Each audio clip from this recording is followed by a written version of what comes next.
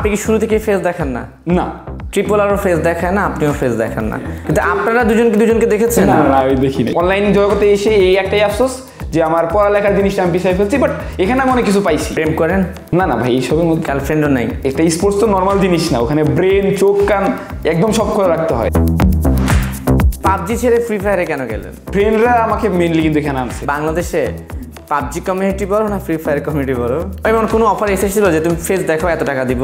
Face দেখাইলে Facebook থেকে একটা রাইট ম্যানেজার দেয়, আর আমাদের রাইট ম্যানেজারটা দেয় না মেটা থেকে, কারণ আমরা ফেস দেখাই নেই।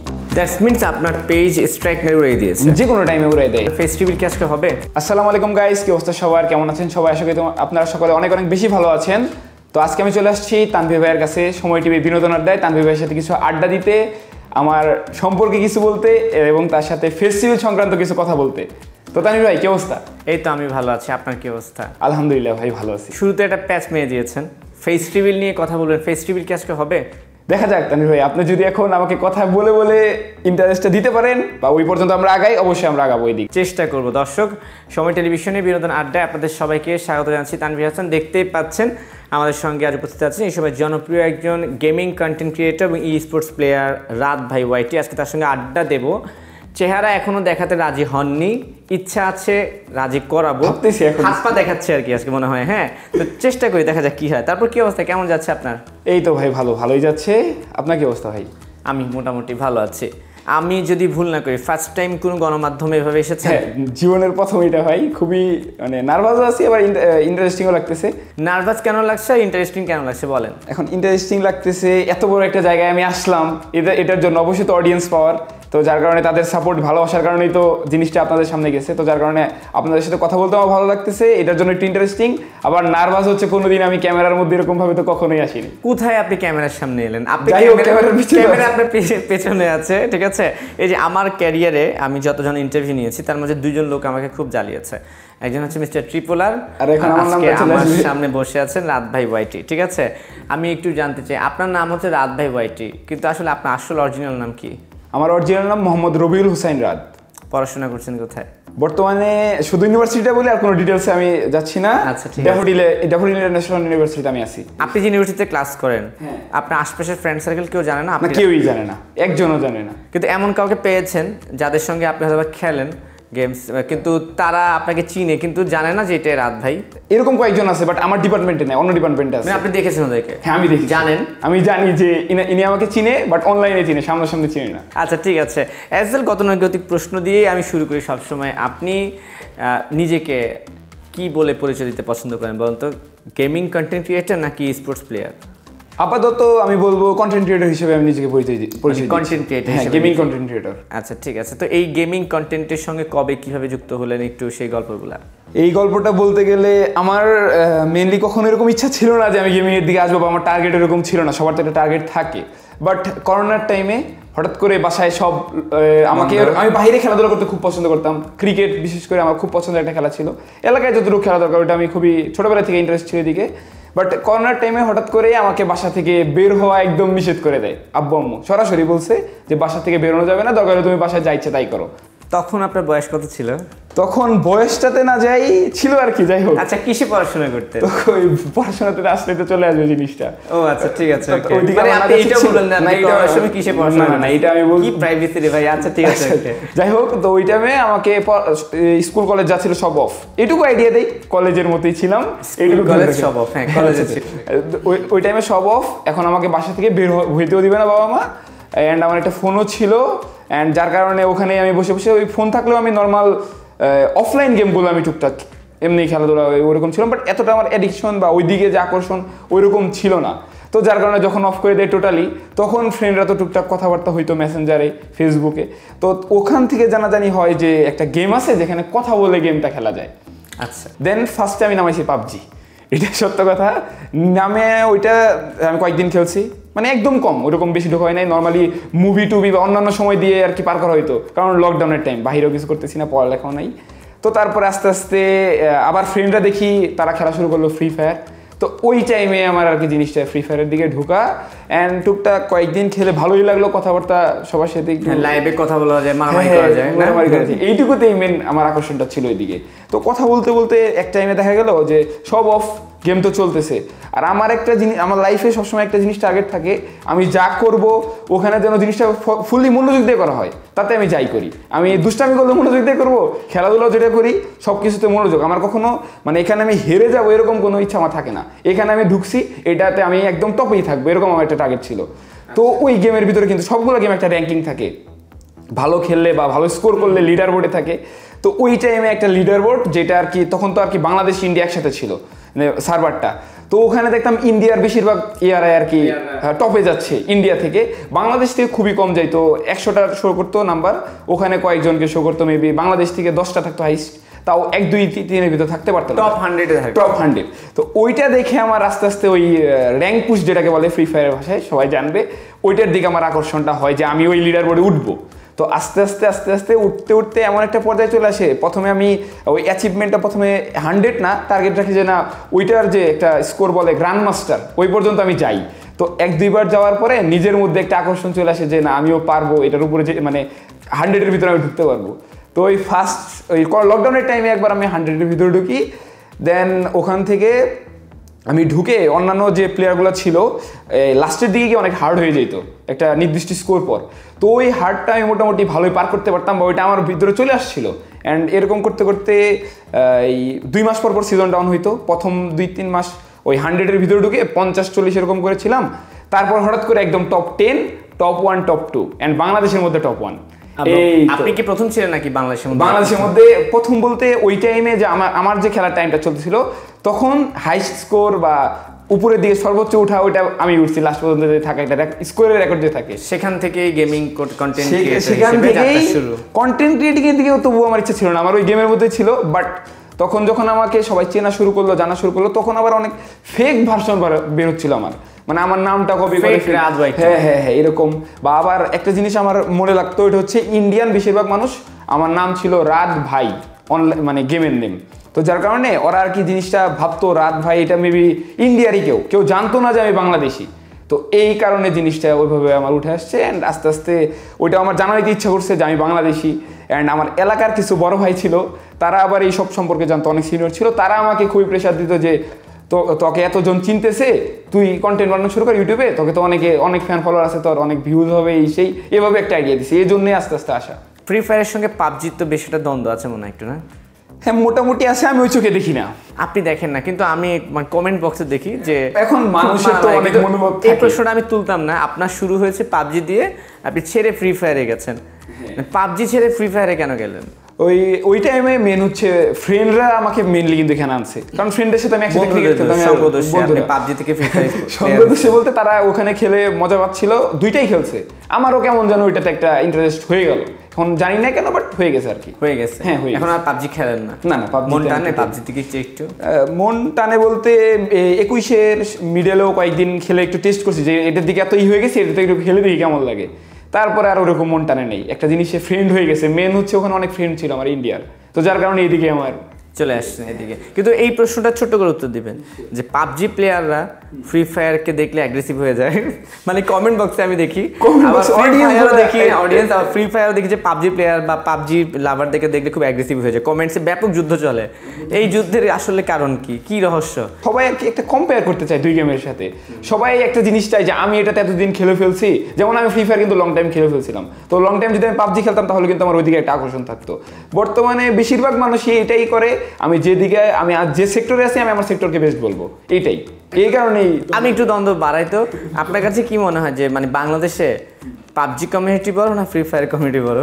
কমিউনিটির দিক দিয়ে অবশ্যই ফ্রি ফায়ার কমিউনিটি বড়, এটা সবাই জানে। এটা তো পাবজি কমিউনিটির লোকেরাও কখনো বলতে পারবে না যে তাদের কমিউনিটি বড়, কিন্তু তারা স্বীকার করবে না, মনে হয় স্বীকার করতে বাধ্য। এখানে কোনো অপশন নেই, কারণ বাংলাদেশের যে কটা বড় বড় কন্টেন্ট ক্রিয়েটর আছে এই দিকে তাকাইলে বোঝা যায় যে কোন কমিউনিটিটা বড়। ফ্রি ফায়ারের মধ্যে ট্রিপল আর আছে, সাবস্ক্রাইবার দেখেন, ভিউজ দেখেন।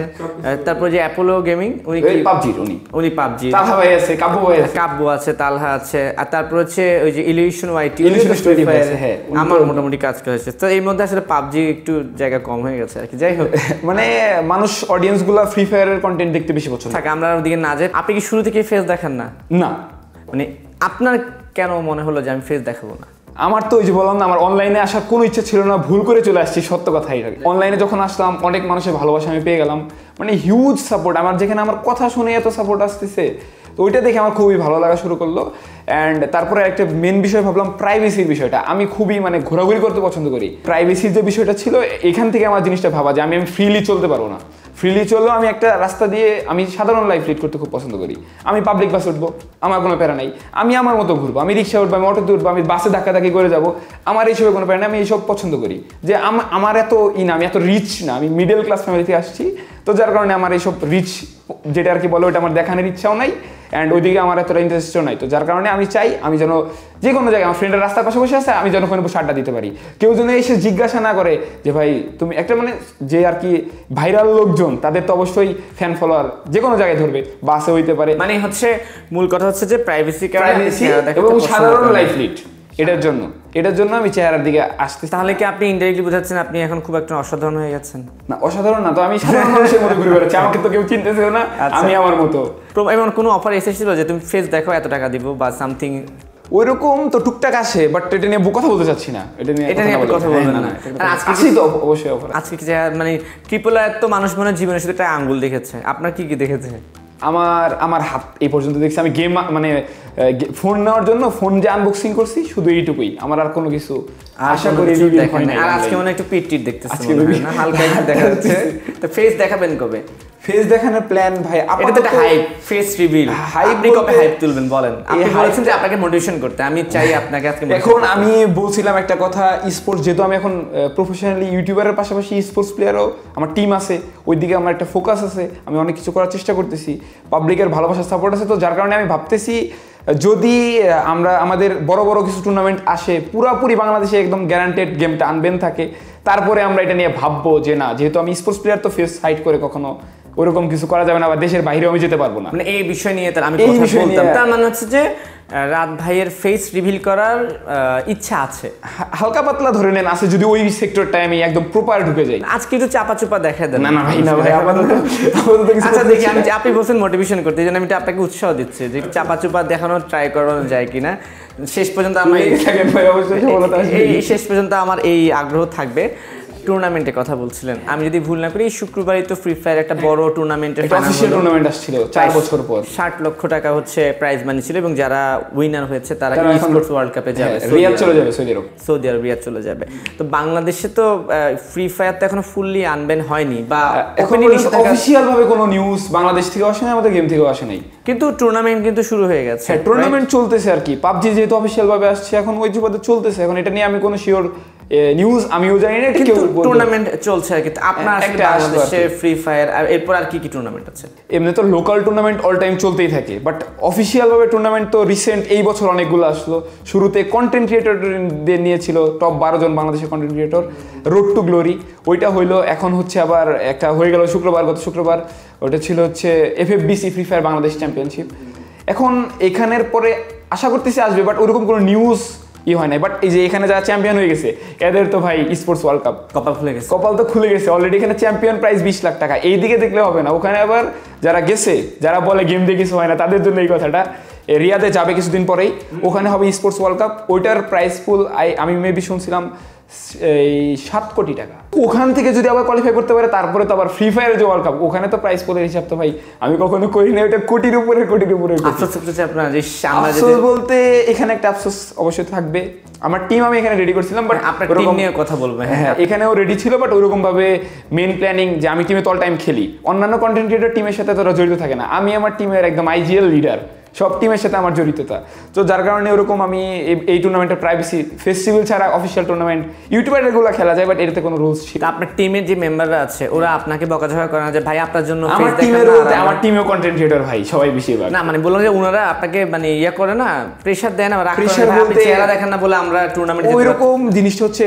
গেম তো অনেকদিন পর টুর্নামেন্ট আসলো, এখন এই টিমটা যখন ওই জায়গায় যাবে, ওই জায়গায় পারফরমেন্স করবে, পুরা বাংলাদেশ দেখবে, তখন কিন্তু জিনিসটা অটোমেটিক যারা হেড করতো গেমটাকে তাদেরও কিন্তু এখানে একটা আকর্ষণ আসবে যে না, এই গেমটা আমি খেলছি, এটাতে একটা ফিউচার হয়, বা এটাতে ভালো খেললে অবশ্যই একটা স্পোর্টস তো নর্মাল জিনিস না, ওখানে ব্রেন, চোখ, কান একদম সব খোলা রাখতে হয়। তো ওইরকম যখন তাদের মাথায় আইডিয়া আসবে, তখন অবশ্যই তারা স্পোর্টসের দিকে আগাবে।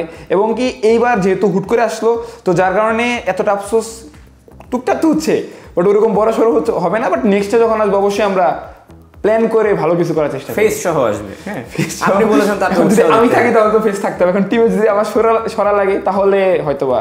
এখন আপনার টিম নিয়ে কিছু জানতে চাই, বলেন টিম, আপনার একটা টিম আছে ফ্রি ফায়ার। হ্যাঁ, টিমটা মেন হচ্ছে আমার এখন এখানে একটা কথা বলি, ফ্রি ফায়ার দুইটা সেক্টর আছে, একটা হচ্ছে র্যাঙ্ক পুশ সেক্টর আর একটা হচ্ছে এই টুর্নামেন্ট সেক্টর।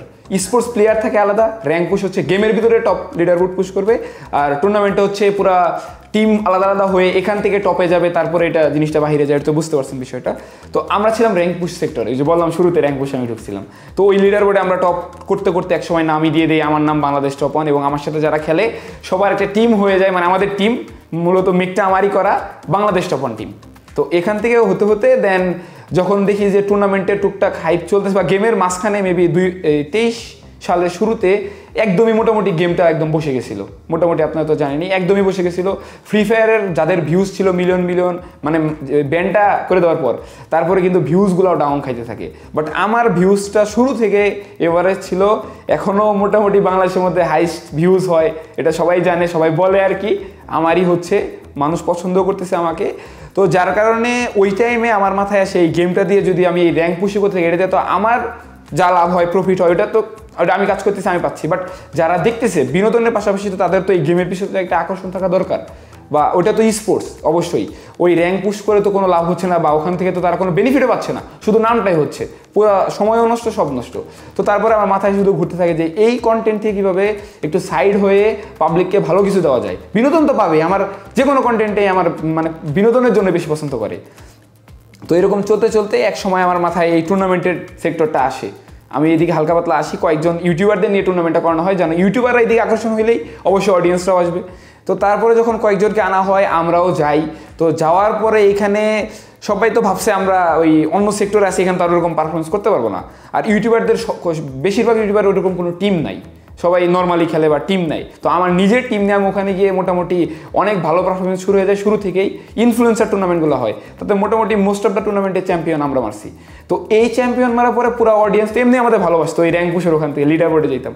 তো তারপরে থেকে আমাদের পুরো টুর্নামেন্টে তারা অনেক একটা ভালো দেওয়া শুরু করে দেয়, যে সাপোর্ট দেওয়া শুরু করে দেয়। প্রত্যেকটা লাইভ চলে, যেখানে অনেক সাপোর্ট, লাইভ স্ট্রিমে না। তাতে একটা আইডিয়া দিই, বাংলাদেশে যদি এখন একটা টুর্নামেন্ট থাকে, ধরেন কোনো চ্যানেলে সাবস্ক্রাইবারও নাই, কিছুই নেই, শুধু আমাদের টিমের নাম ওখানে আছে, লাইভ চলতেছে, তাতে ইনস্ট্যান্ট ওখানে অডিয়েন্স চলে আসে, সেটা একটা জাদুর মতো হয়ে যায়।